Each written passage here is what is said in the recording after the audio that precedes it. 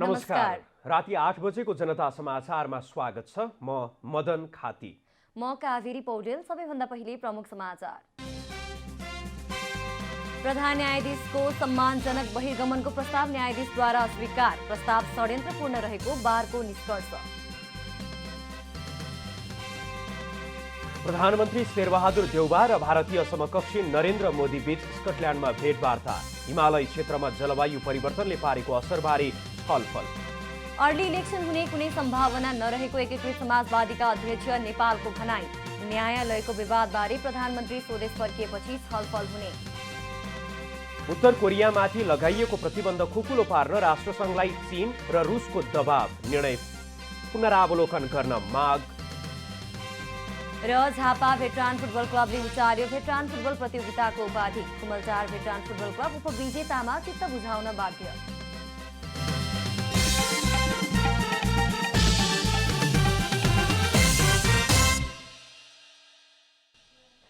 जनता समाचारमा अब पूरा समाचार। प्रधान न्यायाधीश चोलेन्द्र शमशेर जबराको राजीनामा माग गर्दै नेपाल बार एसोसिएसनले तेस्रो दिन पनि धरना दिएको छ। प्रधान न्यायाधीश जबराले अघि सारेको सम्मानजनक बहिर्गमनको प्रस्तावमा जालझेल र षड्यन्त्र लुकेको भन्दै तत्काल राजीनामा दिनुपर्ने कानुन व्यवसायीहरूले बताएका छन्। नेपाल बारको आह्वानमा कानुन व्यवसायीले सर्वोच्च बार परिसरमा तेस्रो दिन पनि धरना दिएका छन्। सयौंको संख्यामा कानुन व्यवसायीहरू धरनामा बसेका छन्। बारले प्रधान न्यायाधीश चोलेन्द्र शमशेर जबरालाई राजीनामाका लागि अल्टिमेटम सहित आइतबारबाट धरनाको कार्यक्रम घोषणा गरेको थियो। जबराको राजीनामा आफूहरूको बटम लाइन रहेकाले राजीनामा नआएसम्म चरणबद्ध आन्दोलनका कार्यक्रम जारी राख्ने बारले जनाएको छ। प्रधान न्यायाधीश जबराले विकृति, विसङ्गति, भ्रष्टाचार रोक्न नसकेको र न्यायपालिकाको स्वच्छता गरिमा कायम राख्न नसकेको भन्दै बारले कार्तिक 14 गतेदेखि 1 घण्टा धरना दिँदै आएको छ। बुधबारसम्म पनि राजीनामा नआए विरोधका थप कार्यक्रम घोषणा गर्ने नेपाल बार एसोसिएसनले गरेको छ। वरिष्ठ अधिवक्ता रमण श्रेष्ठले प्रधान न्यायाधीशले अघि सारेको सम्मानजनक बहिर्गमनको प्रस्तावमा जालझेल र षड्यन्त्र लुकेको बताउनु भएको छ। श्रेष्ठले प्रधान न्यायाधीशसँग संवाद गरिरहेका न्यायाधीशलाई पनि बारलाई बाइपास गरेर कुनै निर्णय नगर्न आग्रह गर्नुभयो। अहिले प्रधान न्यायाधीशले जो ससम्मान बहिर्गमनको कुरो गरिराख्नु भएको छ त्यो जालझेल हो, षड्यन्त्र हो। सतर्क हुनु होला। त्यहाँ समिति पनि बनेको छ। न्यायालयभित्र 3 जनाको समिति बन्यो भन्ने छ। वैशाखसम्म समय माग्ने, कहिलेसम्म समय माग्ने अनि बेन्च आफू नबस्ने, तर प्रशासनिक काम गर्न मलाई अवसर दिनुहोस् भनेर भन्नुभएको छ। 3 वर्षसम्म उहाँले के गर्नुभयो?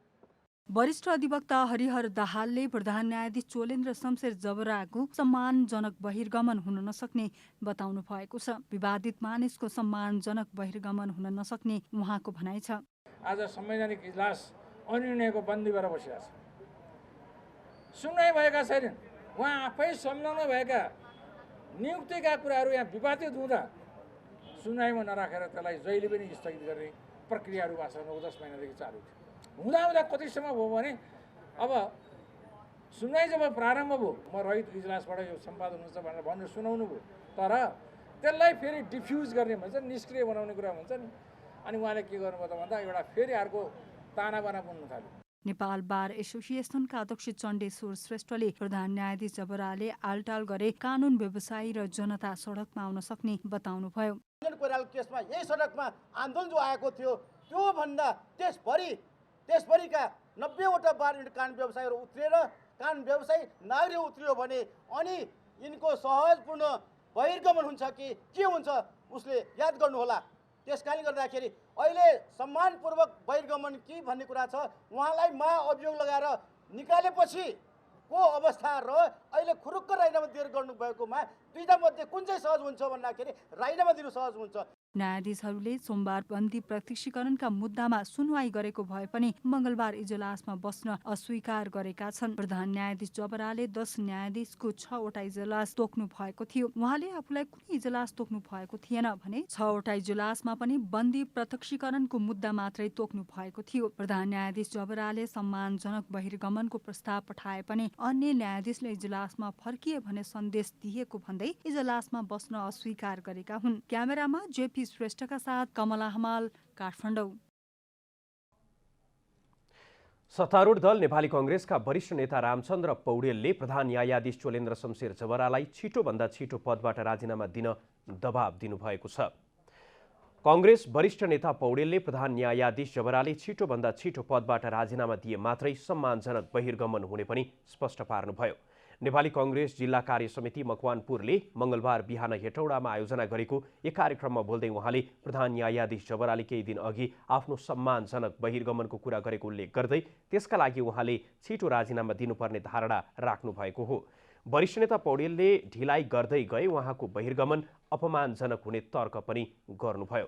उहाँले प्रधान न्यायाधीशसँग सेटिङ गरेर तत्कालीन प्रधानमन्त्री केपी शर्मा ओलीले संवैधानिक परिषदलाई ध्वस्त पारेको, संविधानको आत्मामाथि नै प्रहार गरेको आरोप समेत लगाउनुभयो। अरू संस्था त ध्वस्त भए देशको अन्तिम चाहिँ एउटा जनताको न्यायको अन्तिम मन्जिल आज सर्वोच्च अदालत ध्वस्त भइरहेको छ। सर्वोच्च अदालतको त्यो हालत भइरहेको छ। अब अहिले प्रधान न्यायाधीश अस्ति मात्रै उहाँले भन्नुभयो, ल मलाई चाहिँ ठिक छ, म छोड्न त छोड्छु, तर मलाई चाहिँ सम्मानजनक चाहिँ बहिर्गमनको लागि मौका दिनुहोस् उहाँले भन्नुभयो। त मैले त हिजो भने तपाईँलाई सम्मानजनक हो भने जति छिटो छोड्नुहुन्छ त्यति सम्मानजनक। वरिष्ठ नेता पौडेलले जनताको न्यायको अन्तिम मन्दिरको रूपमा रहेको सर्वोच्च अदालत ध्वस्त हुने अवस्थामा पुगेको भन्दै चिन्ता समेत व्यक्त गर्नुभयो। फरक प्रसङ्गमा उहाँले नेतृत्व परिवर्तन गरेर मात्रै पार्टीलाई सही दिशामा अघि बढाउन सकिने पनि बताउनुभयो। त्यसका लागि पुस्तान्तरण नभई नेतृत्व परिवर्तन आजको आवश्यकता भएको उहाँको तर्क थियो। कानुन न्याय तथा संसदीय मामिला मन्त्री दिलेन्द्र प्रसाद बडुले न्यायपालिकाभित्र देखिएको समस्या न्यायपालिका आफैले छिटो समाधान गरोस् भन्ने चाहना रहेको बताउनु भएको छ। मन्त्री बडुले संविधानको सीमा, जनताको अपेक्षा पनि स्वतन्त्र न्यायपालिकाभित्र देखिएका समस्या न्यायपालिका आफैले समाधान गरोस् भन्ने रहेको तर्क गर्नुभयो। मङ्गलबार काठमाडौँमा आयोजित सञ्चार सम्बन्धी कानुनका विषयमा आयोजित अन्तर्क्रिया कार्यक्रममा बोल्दै उहाँले न्यायपालिकाका कारण जनताको न्याय पाउने अधिकार हनन हुन नदिन सरकार प्रतिबद्ध रहेको बताउनुभयो। न्यायपालिकाले दिनुपर्ने जनताको न्याय कहीँ अवरुद्ध धेरै दिनसम्म त हुने होइन कि भन्ने चासो अवश्य पनि जनतामा देखिन थालेको छ। त्यतातिर अवश्य पनि समयमा हामीले यसको व्यवस्थापन गर्नका निमित्त जनताको अधिकार र न्याय पाउने अधिकारलाई सुनिश्चित गर्नका निमित्त हामी जरुर पनि त्यो व्यवस्थापनका निमित्त तयार छौँ। तर मन्त्री बडुले स्वतन्त्र न्यायालयमा समस्या देखिँदा त्यसप्रति चिन्ता लाग्नु स्वाभाविकै भएको पनि बताउनुभयो। प्रधानमन्त्री शेरबहादुर देउवा र भारतीय समकक्षी नरेन्द्र मोदी बीच आज स्कटल्यान्डमा भेटवार्ता भएको छ। राष्ट्रसङ्घीय जलवायु सम्मेलन COP26 साइडलाइनमा उहाँहरूबीच भेटवार्ता भएको हो। भेटवार्तामा नेपालको तर्फबाट प्रधानमन्त्री देउवा सहित परराष्ट्र सचिव भरतराज पौड्याल तथा भारतको तर्फबाट मोदी सहित विदेश मन्त्री एस जयशंकर सहभागी रहनु भएको थियो। देउवा र मोदी बीच सोमबार बेलुका पनि विश्व नेताहरूको सम्मेलनको दौरानमा अनौपचारिक भेटवार्ता भएको थियो। सो क्रममा हिमालय क्षेत्रमा जलवायु परिवर्तनले पारेको असर विरुद्ध मिलेर लड्न र दिगो विकासमा सहकार्य गर्ने बारे छलफल भएको थियो। मोदीले पनि ट्विटर मार्फत दिगो विकासको क्षेत्रमा मिलेर कार्य गर्ने बताउनु भएको छ। नेपाली समकक्षीले ग्लासगो सम्मेलनमा हिमालय जलवायु सङ्कटलाई महत्त्वका साथ उठान गरेको मोदीले जानकारी दिनुभएको छ। प्रदेश 1 का मुख्यमन्त्री राजेन्द्र राईले पद तथा गोपनीयताको शपथ लिनुभएको छ। नेकपा एकीकृत समाजवादी प्रदेश 1 का संसदीय दलका नेता मुख्यमन्त्री राईलाई मङ्गलबार प्रदेश प्रमुख सोमनाथ अधिकारी प्यासीले शपथ गराउनु भएको हो। मङ्गलबार नै 4 मन्त्री र 1 राज्य मन्त्रीले शपथ लिनुभएको छ। नेपाली काङ्ग्रेसबाट केदार कार्की आन्तरिक मामिला तथा कानुन मन्त्री र हिमाल कार्की भौतिक पूर्वाधार मन्त्री, माओवादी केन्द्रबाट इन्द्रबहादुर आङबो आर्थिक मामिला तथा योजना मन्त्री र जसपाबाट जयराम यादव सामाजिक विकास मन्त्रीको शपथ लिनुभएको छ। त्यस्तै संघीय लोकतान्त्रिक राष्ट्रिय मञ्चकी कृष्ण कुमारी तुङबा हम्फे सामाजिक विकास राज्य मन्त्रीको शपथ लिनुभएको छ। प्रदेश 1 मा मुख्यमन्त्री राईलाई गठबन्धनमा आबद्ध नेपाली काङ्ग्रेस, माओवादी केन्द्र र जनता समाजवादी पार्टी लगायतले समर्थन गरेका थिए। अब मुख्यमन्त्री राईले विश्वासको मत लिएपछि मात्रै मन्त्री परिषदको विस्तार हुने जनाइएको छ। एमालेका भीम आचार्यले सोमबार प्रदेशसभामा बहुमत पुर्याउन नसकेपछि राजीनामा दिनुभएको थियो। गठबन्धनले सोमबार नै 49 प्रदेशसभा सदस्यको हस्ताक्षर सहित प्रदेश प्रमुख समक्ष मुख्यमन्त्रीको दाबी गरेको थियो। कर्णाली प्रदेशको मुख्यमन्त्रीमा नेपाली काङ्ग्रेसका नेता जीवन बहादुर शाहीले दाबी पेश गर्नुभएको छ। नेपाली काङ्ग्रेस, नेकपा माओवादी केन्द्र र नेकपा एकीकृत समाजवादीका प्रदेशसभा सदस्यको समर्थनमा नेता शाहीले प्रदेश प्रमुख गोविन्द प्रसाद कलौनी समक्ष मुख्यमन्त्रीमा दाबी पेश गर्नुभएको हो। काङ्ग्रेसका 6, नेकपा माओवादी केन्द्रका 12 र नेकपा एकीकृत समाजवादीका 3 सांसद गरी 21 सांसदले समर्थन गरेका छन्। कर्णाली प्रदेशसभा हाल 35 सदस्यीय रहेकाले मुख्यमन्त्रीमा दाबी पेश गर्न 18 सांसदको समर्थन भइ पुग्छ। प्रदेश प्रमुख कलौनीले सोमबार बेलुका संविधानको धारा 168(2) अनुसार मुख्यमन्त्री नियुक्तिका लागि 24 घण्टाभित्र आधार पेश गर्न प्रदेशसभा सदस्यलाई आह्वान गर्नुभएको थियो। आज राति 8 बजे मुख्यमन्त्री शाहीले शपथ ग्रहण गर्ने कार्यक्रम रहेको प्रदेश प्रमुखको कार्यालयले जनाएको छ। सत्ता साझेदार नेकपा एकीकृत समाजवादीका अध्यक्ष एवं पूर्व प्रधानमन्त्री माधव कुमार नेपालले अर्ली इलेक्सन हुने कुनै सम्भावना नरहेको बताउनु भएको छ। अध्यक्ष नेपालले केपी ओलीप्रति सङ्केत गर्दै कसैले चाहे जस्तो अर्ली इलेक्सनको सम्भावना नरहेको बताउनु भएको हो। मंगलबार गृह जिल्ला रौतहटको चन्द्रनिगाहपुरमा स्थानीय सञ्चारकर्मीहरूसँग संक्षिप्त प्रतिक्रिया दिँदै उहाँले राष्ट्रलाई व्यवहार हुन नदिन 3वटै तहको निर्वाचन एकैचोटि गर्ने विषयमा सत्तारूढ दलभित्र छलफल भइरहेको जानकारी समेत दिनुभयो।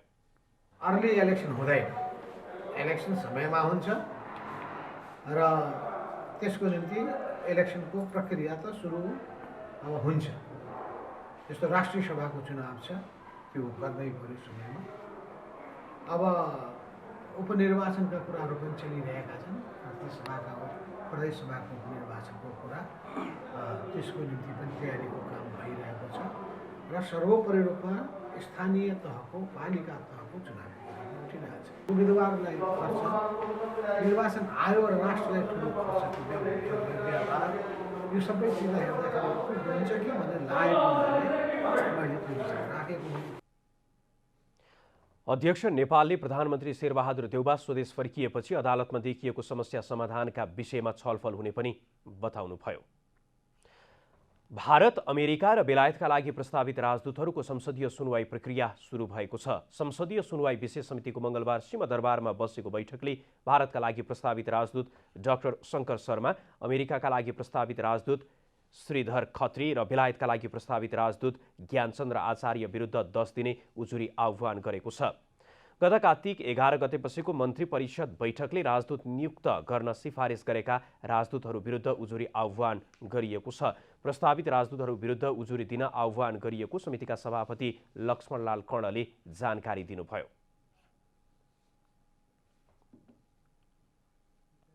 माननीय सदस्यहरूले सुनवाईको लागि समितिमा प्राप्त नाम आम नागरिकलाई जानकारी गराउने र प्रस्तावित व्यक्तिहरूको सम्बन्धमा सूचना तथा उजुरी सङ्कलन गर्ने उद्देश्यले सरकारी सञ्चार माध्यमहरू मार्फत सूचना सार्वजनिक गर्न समिति सचिवलाई निर्देशन दिन्छु।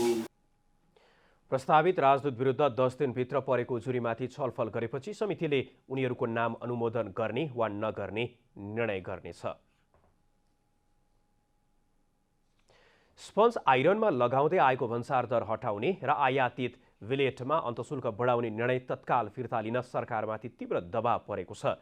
स्टिल व्यवसायीहरूले तत्काल सो निर्णय सरकारले फिर्ता नलिए नेपालमा रहेका 30 वटा मध्ये 24 वटा स्वदेशी स्टिल उद्योग 6 महिनाभित्र बन्द हुने चेतावनी दिएका छन्।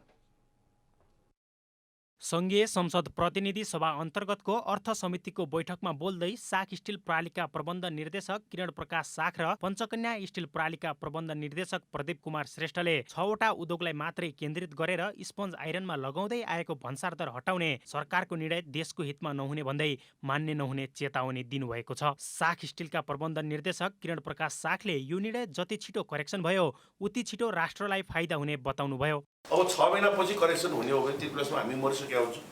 मर्नु उपाध्यक्षको पदवी जस्तै काम लागेन। हामीले यहाँ आएर हामी गुहार माग्न आएको एउटा कारण पनि करेक्सन त होला हुनुपर्छ पनि, नभइकन यो अर्थतन्त्रमा यसले स्मुथली जानै सक्दैन। मेजर यसले भूमिका खेलेको छ यसको रेभिन्यूले, तर यो चाँडो से चाँडो गर्नुपर्ने अति आवश्यक छ। पञ्चकन्या स्टिल प्रालिका प्रबन्ध निर्देशक श्रेष्ठले सरकारको यो निर्णयले 1.5 महिनाभित्रमा 4वटा स्टिल उद्योग बन्द भइसकेको समितिलाई जानकारी गराउनुभयो। अब 2वटा उद्योग पनि बन्द हुने अवस्था रहेको उल्लेख गर्दै उहाँले पुराना कच्चा पदार्थहरू भएका उद्योगहरू जेनतेन गरेर हाललाई चलिरहेको बताउनुभयो। प्रबन्ध निर्देशक श्रेष्ठले खर्बौं लगानीका स्टिल उद्योगहरू बन्द गराउने गरी सरकारले निर्णय लिएकाले त्यसलाई सच्याउन सम्बन्धित निकायहरूसँग गुहार माग्नुपर्ने अवस्था आएको पनि स्पष्ट पार्नुभयो। 24वटा उद्योगमा त 4वटा उद्योग त बन्द भइसक्यो यहाँको जानकारीको लागि, र अरू 1-2वटा उद्योग चाहिँ बन्द हुने अवस्थामा छ। यो कस्तो हुन्छ भने कुनै उद्योगमा र मेटेरियल पुरानो र मेटेरियल छ भने उसले सञ्चालन त गर्नै पर्ने हुन्छ। त्यो कारणले गर्दाखेरि केही हदसम्म अरू 2 महिना 4 महिनासम्म हामी तामझाम गरेर लान्छौँ पनि, र ब्याङ्कलाई पनि हामीले चित्त बुझाउनको लागि आज हामीले चाहिँ उद्योग बन्द गऱ्यो भने ब्याङ्कले भोलि आएर हामीलाई छापा मारिहाल्छ। तपाईँको उद्योग बन्द भएपछि त्यसो पैसा तिर भनेपछि त्यो अर्को चाहिँ हामीलाई ठुलो एउटा सङ्कट पनि हो। यता समितिका सदस्यहरूले पनि स्वदेशी उद्योगलाई बन्द गराउने गरी सरकारले निर्णय गर्न नमिल्ने उल्लेख गर्दै सो सम्बन्धमा अर्थ मन्त्रालयसँग छलफल तत्काल गर्नुपर्ने बताएका छन्। त्यसपछि तुरुन्तै किनभने अब टाइम चाहिँ यस्तो अप्ठ्यारो पऱ्यो, यहाँको बिदा सुरु हुने त भोलि 1 दिन मात्रै छ अफिस। दीपावली यसको लगत्तै पश्चात अर्थ मन्त्रालयलाई बोलाएर बन्द गर्ने होइन कि जनसञ्चालनमा निरन्तर रूपमा चाहिँ जाने, र यसलाई चाहिँ के हो भने अन्यायमा कसैलाई नपाउँ भन्ने नभएर चाहिँ समितिले हामीले एकपटक अर्थ मन्त्रालयसँग छलफल गर्नुपर्ने म देख्छु। समितिका सदस्यहरूले स्वदेशी उद्योगलाई धराशायी बनाउने सरकारका कुनै पनि निर्णय मान्य नहुने चेतावनी समेत दिएका छन्। नेपालको संविधान 2072 कार्यान्वयनमा आएसँगै राजनैतिक स्थिरता कायम हुने नेपाली नागरिकको अपेक्षा थियो, तर राजनैतिक दलभित्र लोकतान्त्रिक अभ्यास कमजोर भएका कारण नागरिकको आशा निराशामा परिणत भएको छ।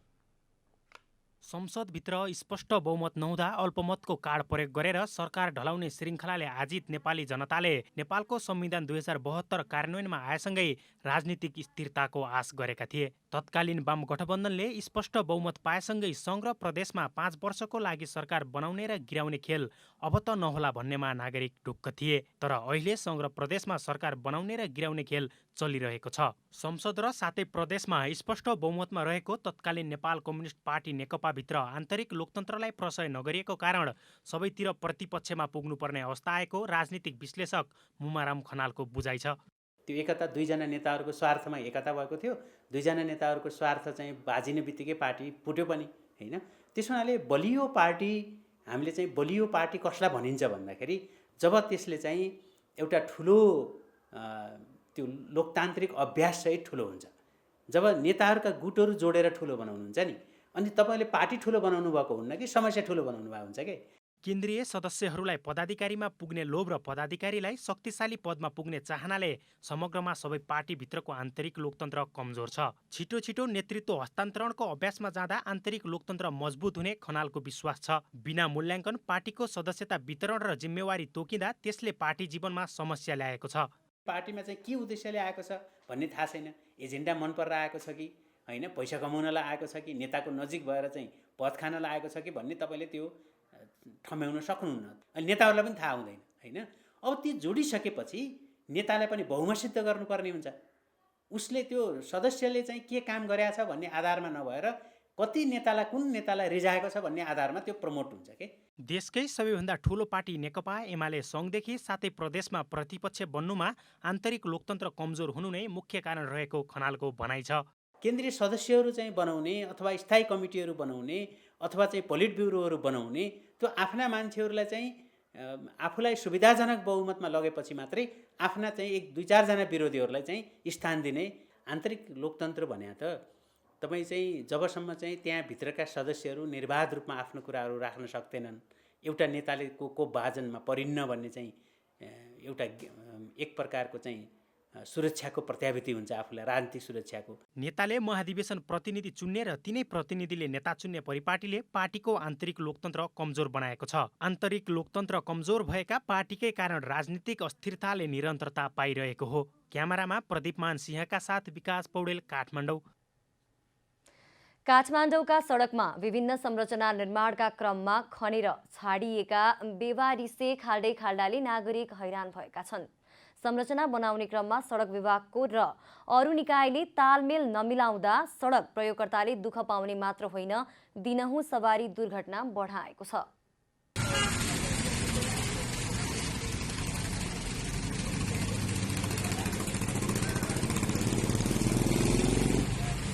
यो सडक दुर्घटनाको दृश्य हो। काठमाडौँको व्यस्त सहर अन्तर्गत पर्ने महाराजगञ्ज वसुन्धरा क्षेत्रमा पर्ने भित्री सडकको। यहाँ बिजुलीका भूमिगत तार बिछ्याउन र मेलम्ची खानेपानीको पाइप मर्मत गर्न खनिएको खाल्डोका कारण दैनिक जसो सवारी साधन दुर्घटना हुने गरेको छ। विकासको नाममा महिने पछि सडकमा खाल्डो बनाइने तर त्यसलाई व्यवस्थित नबनाई अलपत्र छोड्ने प्रवृत्तिले आफूहरू थप दुखी बनेको सर्वसाधारणहरू बताउँछन्। बाटो पिच गर्यो भनेदेखि आज पिच गर्यो भोलि नै खाल्टो खनिहाल्छन्। अनि हिँड्न लाग्यो भनेदेखि अब धुलो त्यत्तिकै हुन्छ, बाहिर निस्किन हुँदैन हेर्नु होइन। अनि खाल्टा र खुल्टी हिँड्न लाग्यो भने अलिकति सधैँ मान्छे त हिँड्छन्, अलिक बुढो बालक मान्छे हिँड्न लाग्यो भने खाल्टा कसैले पुर्दैनन्। खाल्टो बनाउने अनि छोडेर हिँड्ने पुर्ने चाहिँ होइन। अब यो अब यहाँ यता भएपछि यता हुन्छ भन्छन्, अनि त्योबाट 6 महिना वर्ष दिन 2 वर्ष पनि पुग्छ। कोही स्टार्टिङ पोइन्ट छ यो बाटोको, त्यो पोइन्टमा राखिदिएको भए पनि अलिक राम्रो हुन्छ। तर यसले चाहिँ जहाँ कन्स्ट्रक्सन भएछ त्यहीँ मात्रै राखिदियो क्या। यहाँ माथिसम्म त आउँछ गाडी, अब फेरि पछाडि कहाँदेखि फर्काउनु त। कहिले खानेपानी तथा ढल मर्मत, कहिले विद्युत प्राधिकरणको तार भूमिगत गर्न त कहिले टेलिकमको तार भूमिगत गर्ने नाममा सडक बन्न नपाउँदै पुनः खन्ने काम भइरहेको छ विगत 3 वर्ष यता। विद्युत प्राधिकरणले 10 दिनभित्रै कालोपत्रे गरिसक्ने शर्तमा सडक खनेर तार बिछ्याउने काम थालेको महिनौ भइसक्दा पनि अझै भत्काइएका सडक बनाइएका छैनन्। सडकमा खाल्डा बनाएर मर्मत नगरी छोड्ने र कुनै संकेत नराखिने गर्दा सडक दुर्घटनाको जोखिम दिनदिनै बढेको हो। विकास निर्माणका काम गर्दा ढिलाइ हुनु स्वाभाविक भएको, यद्यपि आफूहरूको काम सन्तोषजनक भने महसुस नगरेको विद्युत प्राधिकरण आफै स्वीकार छ। भित्रभित्र जुन एकदमै एभेजार्ड तालले काम भयो भन्ने गुनासो थियो, हामीले पनि हेरेका छौँ। केही ठाउँहरूमा कन्ट्र्याक्टरले राम्रो काम गरेको पनि छैन र त्यसलाई हामीले सुधार्नको लागि हामीले अल्टिमेटम पनि दिएका छौँ र त्यो स्ट्यान्डर्डको काम नगरिकन काम रोक्नु पनि भनेका छौँ। र केही ठाउँ अब अलिकति चाहिँ एकदमै कन्जस्टेड ठाउँहरूमा चाहिँ यो पेटीमै त्यो प्यानल राख्यो हिँड्ने ठाउँै भएन भन्ने गुनासाहरू पनि छन्। धेरै पब्लिकका गुनासाहरू छन्। एउटा निकायले सडक निर्माण गर्ने र अर्कोले भत्काउने प्रवृत्ति नियमित अभ्यास चाहिँ देखिरहँदा त्यसलाई कम गर्न सरकारी चासो देखिँदैन। सडक रेखदेख गर्ने सडक विभाग र स्थानीय तहहरू यसबारे बेखबर जस्तै बनेका छन्। त्यसो त विकास निर्माणका कामले नागरिकलाई हर्षित बनाउनु पर्ने हो, तर यहाँ महिनै पछि हुने मर्मत सम्हारले थप आक्रान्त बनेका छन्। क्यामेरामा शैलेन्द्र गोविन्द मातेका साथ रूपा घिमिरे, काठमाडौँ। चीन लगायत विश्वका विभिन्न विश्वविद्यालयमा अध्ययनका लागि तत्काल जाने व्यवस्था मिलाउन माग गर्दै विभिन्न विद्यार्थी संगठनहरूले परराष्ट्र मन्त्रीलाई ज्ञापन पत्र बुझाएका छन्। मंगलबार विभिन्न विद्यार्थी संगठनहरूले सिंहदरबारमा परराष्ट्र मन्त्री डाक्टर नारायण खड्कालाई ज्ञापन पत्र बुझाउँदै चीन लगायत विश्वका विभिन्न विश्वविद्यालयमा अध्ययनका लागि जान नपाएका विद्यार्थीहरूलाई तत्काल जाने व्यवस्था मिलाउन माग गरेका हुन्। ज्ञापन पत्र लिएपछि परराष्ट्र मन्त्री खड्काले अध्ययनका लागि विद्यार्थीहरू जान पाउनु मानवीय समस्या भएको बताउनुभयो। उहाँले छिटै विदेश अध्ययनका लागि जाने व्यवस्था मिलाउने आश्वासन दिनुभयो। मानवीय समस्या पनि हो, हामी अत्यन्त संवेदनशील भन्नुभएको छ। एकदम मैले अब जोरदार रूपमा उठाइरहेको विषय हो। तपाईँहरूको समस्या भनेको हाम्रो समस्या पनि हो, साझा समस्या हो। तपाईँहरूको भविष्य बनाउनको लागि सरकारले भूमिका खेल्नु पर्नेमा निश्चय नै तपाईँहरूको भविष्य कुनै पनि हिसाबले पढाइ पुरा गर्न पाएको हुनाले प्रभावित हुनु भएन भन्ने बारेमा म चिन्तित छु। मन्त्री खड्काले विद्यार्थीको भविष्यमाथि खेलबाड गर्न नहुने बताउँदै सरकारले विद्यार्थीको भविष्य बनाउन भूमिका खेल्ने बताउनुभयो। नेमिसंघ, अखिल क्रान्तिकारी अनेरा सोभियु, समाजवादी विद्यार्थी युनियन, अखिल छैठौं लगायतका 6 विद्यार्थी संगठनले कोरोनाका कारण चीनबाट नेपाल फर्काइएका विद्यार्थीहरूको भविष्य अन्योलमा परेको परराष्ट्र मन्त्रीलाई जानकारी गराएका थिए। नेपाल विद्युत प्राधिकरणका प्रबन्ध निर्देशक कुलमान घिसिङले तिहारमा बत्तीको अभाव नहुने बताउनु भएको छ। मंगलबार नेपाल विद्युत प्राधिकरणले आयोजना गरेको शुभकामना आदान प्रदान पत्रकार सम्मेलनमा बोल्दै प्रबन्ध निर्देशक घिसिङले तिहारमा बत्तीको अभाव नहुने बताउनु भएको हो। उहाँले यस वर्षको तिहारमा करिब 1500 मेगावाट प्रयोग हुन सक्ने प्रक्षेपण गरेको बताउनुभयो। प्रबन्ध निर्देशक घिसिङले अहिले कुलेखानीको विद्युत खेरा गइरहेको बताउँदै प्रसारणको कारणले तिहारमा कतै पनि विद्युतको अभाव नहुने बताउनुभयो। अहिले दिउँसो करिब 200 मेगावाट जति र राति करिब 500 मेगावाट हाम्रो अझै पनि हामी सरप्लसमा छौँ। त्यो भएको हुनाले तिहारको लागि हाम्रो लोड अनुसारको आपूर्ति चाहिँ धेरै नै बढी छ। सप्लाईको कारणले कुनै समस्या छैन। प्रबन्ध निर्देशक घिसिङले समय समयमा बत्ती जाने गरेको समस्यालाई गम्भीरताका साथ लिएको बताउँदै वितरण प्रणालीमा व्यापक सुधार गर्ने आश्वासन दिनुभयो। उहाँले ट्रान्सफर्मरको समस्या धेरै रहेको र अब तत्काल त्यसको समाधान हुने बताउनुभयो। प्रबन्ध निर्देशक घिसिङले भरपर्दो विद्युत कसरी दिने भन्ने अबको चुनौती रहेको बताउँदै अब देशभर स्मार्ट चार्जिङ स्टेसन राखिने जानकारी दिनुभयो। अब आर्थिक समाचार। आर्थिक समाचारका साथमा हुलास भए अरू किन खोज्ने।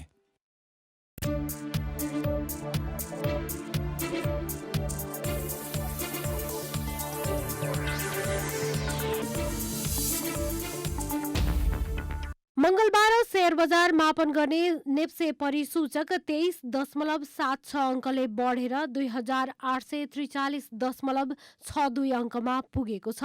मंगलबार 152 वटा कम्पनीको शेयर मूल्य बढेको छ भने 58 वटा कम्पनीको शेयर मूल्य घटेको छ। साथै 18 वटा कम्पनीको शेयर मूल्य स्थिर छ। मंगलबारको कारोबारमा उपसमूहतर्फ बैंकिङ, लगानी र ट्रेडिङ बाहेकमा वृद्धि देखिएको छ। साहस ऊर्जा कम्पनीको शेयर मूल्यमा सकारात्मक सर्किट लागेको छ भने गुडविल फाइनान्स, नेपाल पुनर्बिमा company, Kalika power company, Ridi hydro power development लगायतका कम्पनीको शेयर मूल्य बढेको छ। नेपाल राष्ट्र बैंकको बबरमहल स्थित टक्सार विभागमा असर्फी किन्नेको भीड़ लागेको छ। तिहारमा बिक्रीका लागि विभागले आह्वान गरेपछि मंगलबार सुन र चाँदीको असर्फी किन्नेहरूको घुइँचो लागेको हो। असर्फी किन्नका लागि विभागले कोटा निर्धारण गरेको हुन्छ। कोटा भन्दा बढी मानिसहरूको घुइँचो देखिएपछि सुनको असर्फी नपाइने भन्दै सर्वसाधारण चिन्तामा देखिएका थिए। सिक्काको लागि लाइनमा बसेको, यो सुनको सिक्काको लाइन चाहिँ अघि नै सिद्धिसक्यो अरे। चाँदीको लागि चाहिँ एकजनालाई 3टा बराबरको दिन्छौ भनेर भनिएको छ। अब हेरौँ त्यहाँ गेटभित्र छिरेसम्म सिद्धिएन भने पाइएला कि। म यहाँ प्रत्येक वर्ष आउँछु, प्रत्येक वर्ष लाइन बस्छु। अनि पाउनु भएको छ? अरू वर्ष त पाइराखेको थिएँ, यो वर्ष अब के हुनु। टक्सार विभागले गणेश र लक्ष्मीको फोटो अङ्कित असर्फी तयार गरेको छ। 5 ग्राम असर्फीको मूल्य 40,438 रुपियाँ निर्धारण गरिएको टक्सार विभागले जारी गरेको सूचनामा उल्लेख छ। नेपालमा सिक्का उत्पादन गर्न छाडे पनि टक्सार विभागले दशैं र तिहारको अवसर पारेर असर्फी र चाँदीको सिक्का बनाउने गरेको छ। तिहारलाई फुलै फूल र झिलिमिलीको चाड मानिने हुनाले तिहारमा विभिन्न थरीका फूलको किनबेच हुने गर्दछ। तिहारलाई विभिन्न थरीका फूलमाला र बत्तीको प्रयोग गरेर हर्षोल्लासका साथ मनाउने गरिन्छ। तुलनात्मक रूपमा तिहारमा धेरै फूल खपत हुने भएकोले बाहिरी मुलुकबाट आयात गर्नुपर्ने हुन्छ। नेपालमा हरेक वर्ष 15 देखि 20% का दरले फूलको माग बढ्दै गएको तथ्याङ्क छ। यस वर्षको तिहारमा 15,50,000 मालाको माग रहेको छ, जसमा स्वदेशमा उत्पादित फूलमालाको संख्या 13 लाख रहेको छ। 15.5 लाख जति सयपत्रीको माला आवश्यक हो हामीले अनुमान गरेको व्यावसायिक कारोबारको लागि। त्यसमध्येमा 13 लाख जति माला चाहिँ हाम्रो आन्तरिक उत्पादन नै छ। 2,50,000 जति माला चाहिँ अपुग हुने देखिएको छ। त्यति माला चाहिँ हामीले आयात गर्नुपर्ने देखिएको छ, हाम्रो व्यवसायीहरूले आयात गर्नुपर्ने देखिएको छ। तिहारमा मात्रै फूलको कारोबार हुने भएकोले व्यवसायीहरू धेरै फूल खेती गर्न रुचाउँदैनन्। तिहारलाई लक्षित गरी लगाइएको फूल तिहार सकिएपछि बिक्री नहुँदा बोटमै सुकेर खेर समेत जाने गरेका छन्। तिहार 5 दिनलाई लक्षित गरेर चाहिँ लगानी गर्यो भने 2 महिना 25 दिनको फूल चाहिँ खेर जान्छ। व्यवसायीहरू ठुलो लसमा जान्छन्। अलिकति फूल 10-15% फूल चाहिँ फूल भन्दा नि सयपत्री फूलको माला आयात गर्नुपर्ने चाहिँ हाम्रो बाध्यता हो। पछिल्लो वर्ष कोभिडका कारण सुनसान बनेको बजारमा यस वर्ष भने केही चहल पहल बढेको छ। फूल लगायत अन्य सामग्रीको माग बढेकोले बजार भाव पनि बढ्नेमा व्यवसायीहरू आशावादी छन्।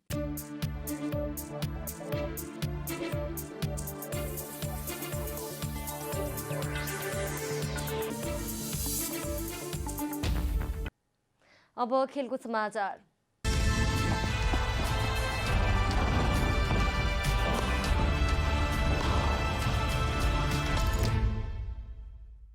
दक्षिण एसियाको सबैभन्दा ठूलो फुटबल प्रतियोगिता मानिने साफ फुटबल प्रतियोगितामा पहिलो पटक फाइनल पुर्याएका प्रशिक्षक अब्दुल्लाह अल मुताइरी र अखिल नेपाल फुटबल संघ एन्फाबीच सन् 2024 सम्मका लागि सम्झौता भएको छ। नेपाल फर्किएपछि पहिलो पटक अब्दुल्लाह आफैले आह्वान गरेको पत्रकार सम्मेलनमा नेपाली राष्ट्रिय फुटबल टोलीका व्यवस्थापक मधुसूदन उपाध्याय र अल मुताइरी बीच नेपालको जर्सी सहित 2024 सम्मका लागि औपचारिक सम्झौता भएको हो। साफ च्याम्पियनशिप अघि नेपाल नफर्किने भन्दै छाडेका प्रशिक्षक अल मुताइरी सम्झौता भएसँगै नेपाल फर्किनु भएको हो।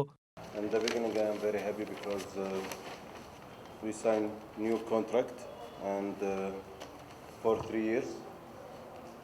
The plan it will be on the 3 parts. साफ अघि नेपालमै रहँदा पनि एन्फाका उपाध्यक्ष संघको विवादपछि राजीनामा दिने घोषणा गरेका अब्दुल्लाह अल मुताइरी गत सातामा कतार फुटबल संघको सम्झौता पश्चात नेपाल फर्किनु भएको हो। नेपाली राष्ट्रिय टोली संघको नयाँ सम्झौतापछि आफू खुसी भएको बताउँदै अब्दुल्लाह नेपाली समर्थक र खेलाडीको मायाले नेपाल फर्किएको बताउनुभयो। अल मुताइरीले प्राप्त गर्ने तलब कतार फुटबल संघले उपलब्ध गराउनेछ। एन्फाले नेपाल बस्ने क्रममा यातायात र सञ्चारका केही रकम दिँदै आएको छ। 3 चरणमा काम गर्ने योजना सार्वजनिक गरेका अल मुताइरीले सुरुवाती पहिलो चरणको एसिया कप छनौटका कार्यक्रम मात्र सार्वजनिक गर्नुभएको छ, जस अन्तर्गत राष्ट्रिय टिमको प्रशिक्षक र मैत्रीपूर्ण फुटबल खेलको तालिका योजनामा रहेका हुन्। यस्तै विश्वकप छनौट 2026 र एसिया कप छनौट 2027 लाई लक्षित गरेर 3 वर्षको सम्झौता गरिएको छ। खुमलटार भेटरान फुटबल क्लबले लिएको अग्रतालाई उल्टाउँदै झापा भेटरान फुटबल क्लबले भेटरान फुटबल प्रतियोगिताको उपाधि उचालेको छ। त्रिपुरेश्वर स्थित दशरथ रङ्गशालामा मंगलबार भएको फाइनल खेलमा झापाले खुमलटारमाथि 2-1 को पुनरागमन जित निकाल्दै उपाधि उचालेको हो। प्रतिस्पर्धात्मक बनेको खेलमा खुमलटारले पहिलो हाफमा अग्रता लिने क्रममा कप्तान नरेन्द्र लामाले 27औं मिनेटमा गोल गर्दै खाता खोलेका थिए। त्यसपछि दबावमा परेको झापा पहिलो हाफमा खेलमा फर्किन निकै कसरत गरे पनि सफल हुन सकेन। दोस्रो हाफमा सम्हालिएको प्रदर्शन गरेको झापाले दोस्रो हाफमा 2 गोल गर्न सफल भयो। 39औं मिनेटमा श्यामकुमार गोलले गोल गर्दै दोस्रो हाफको सुरुवातमा खेल बराबरीको अवस्थामा ल्याएका थिए। त्यसपछि झन रोमाञ्चक बनेको फाइनल खेलमा दुवै टोली स्पष्ट जितका लागि प्रयास गरे। खुमलटार विरुद्ध रोमाञ्चक जित निकालेको झापाले उपाधि सहित नगद 5 लाख रुपैयाँ हात पार्दा उपविजेतामा चित्त बुझाउन बाध्य खुमलटारले 2,50,000 रुपैयाँ प्राप्त गर्यो। व्यक्तिगत विधातर्फ झापाका श्यामकुमार गोलले प्लेयर अफ द म्याच तथा प्लेयर अफ द टुर्नामेन्ट, रूपक कुमार गुरुङ उत्कृष्ट गोलकिपर, भेषराज लिम्बू उत्कृष्ट मिडफिल्डर, नरेन्द्र लिम्बू उत्कृष्ट फरवार्ड तथा सन्तोष राई उत्कृष्ट प्रशिक्षक घोषित भए। यस्तै खुमलटारका विनोद खड्की उत्कृष्ट डिफेन्डर घोषित भए भने जुमानु राईले गोल्डेन बुट अवार्ड थापे। फुटबलर्स मिसन टुगेदरले प्रतियोगितामा 21 टोलीले सहभागिता जनाएका थिए।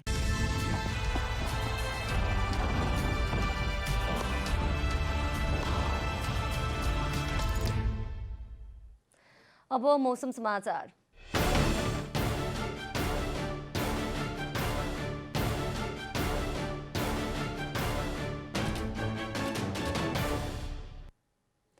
आज राति देशको पहाडी भूभागमा आंशिक बदली रहनेछ भने बाँकी भूभागमा सामान्यतया सफा रहनेछ। कर्णाली प्रदेश र सुदूरपश्चिम प्रदेशका हिमाली भूभागका 1 वा 2 स्थानहरूमा हल्का हिमपातको सम्भावना रहेको जल तथा मौसम विभागले जनाएको छ। अब देशभरका विभिन्न स्थानका मौसम सम्बन्धी थप विवरण।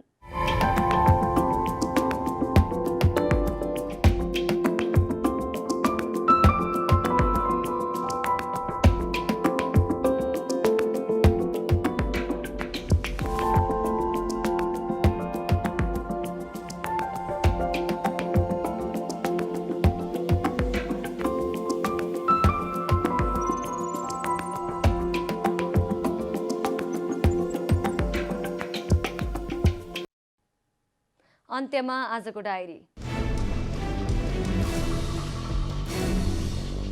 प्रधानाधीश चोलेन्द्र शमशेर जबराको राजीनामा माग गर्दै नेपाल बार एसोसिएसनले तेस्रो दिन पनि धरना दिएको छ। प्रधानाधीश जबराले अघि सारेको सम्मानजनक बहिर्गमनको प्रस्तावमा जालझेल र षड्यन्त्र लुकेको भन्दै तत्काल राजीनामा दिनुपर्ने कानून व्यवसायीहरूले बताएका छन्। प्रधानमन्त्री शेरबहादुर देउवा र भारतीय समकक्षी नरेन्द्र मोदी बीच आज स्कटल्यान्डमा भेटवार्ता भएको छ। राष्ट्रसङ्घीय जलवायु सम्मेलन COP26 साइडलाइनमा उहाँहरूबीच भेटवार्ता भएको हो। देउवा र मोदी बीच सोमबार बेलुका पनि विश्व नेताहरूको सम्मेलनको दौरानमा अनौपचारिक भेटवार्ता भएको थियो। सो क्रममा हिमालयन क्षेत्रमा जलवायु परिवर्तनले पारेको असर विरुद्ध मिलेर लड्न र दिगो विकासमा सहकार्य गर्ने बारे छलफल भएको थियो। प्रदेश 1 का मुख्यमन्त्री राजेन्द्र राईले पद तथा गोपनीयताको शपथ लिनु भएको छ। आजै नेपाली कांग्रेसबाट केदार कार्की आन्तरिक मामिला तथा कानून मन्त्री र हिमाल कार्की भौतिक पूर्वाधार मन्त्री, माओवादी केन्द्रबाट इन्द्रबहादुर आङ्गो आर्थिक मामिला तथा योजना मन्त्री र जसपाबाट जयराम यादव सामाजिक विकास मन्त्रीको शपथ लिनु भएको छ। त्यसै सँगै लोकतान्त्रिक राष्ट्रिय मञ्चकी कृष्ण कुमारी तुम्बा हाङफे सामाजिक विकास राज्य मन्त्रीको शपथ लिनु भएको छ। भारतले तोकिएको भन्दा 20 वर्ष पछाडि खुद शून्य उत्सर्जनको लक्ष्य निर्धारण गरेको छ। स्कटल्यान्डको ग्लास्गोमा जारी जलवायु परिवर्तन सम्बन्धी संयुक्त राष्ट्रसङ्घीय सम्मेलन COP26 मा यसअघिको लक्ष्य अनुसार अधिकांश देशले सन् 2050 सम्ममा हरित गृह ग्यासको उत्सर्जन खुद शून्य बनाउने बाचा गरिरहेका छन्। तर भारतले भने सन् 2070 सम्म मात्रै उत्सर्जन खुद शून्य बनाउने बताएको छ। खुमलटार वेटरन फुटबल क्लबले लिएको अग्रतालाई उल्टाउँदै झापा वेटरन फुटबल क्लबले वेटरन फुटबल प्रतियोगिताको उपाधि उचालेको छ। आज भएको फाइनल खेलमा झापाले खुमलटारमाथि 2-1 को पुनरागमन जीत निकालेको हो। खुमलटार विरुद्ध रोमाञ्चक जीत निकालेको झापाले उपाधि सहित नगद 5 लाख रुपैयाँ हात पार्दा उपविजेता खुमलटारले 2,50,000 रुपैयाँ प्राप्त गर्यो। फुटबलर्स मिशन टुगेदरले प्रतियोगितामा 21 टोलीले सहभागिता जनाएका थिए।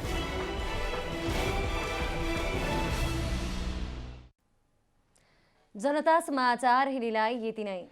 जनताद्वारा जनताका लागि प्रसारित जनता टेलिभिजन हेरिरहनुहोस्। नमस्कार।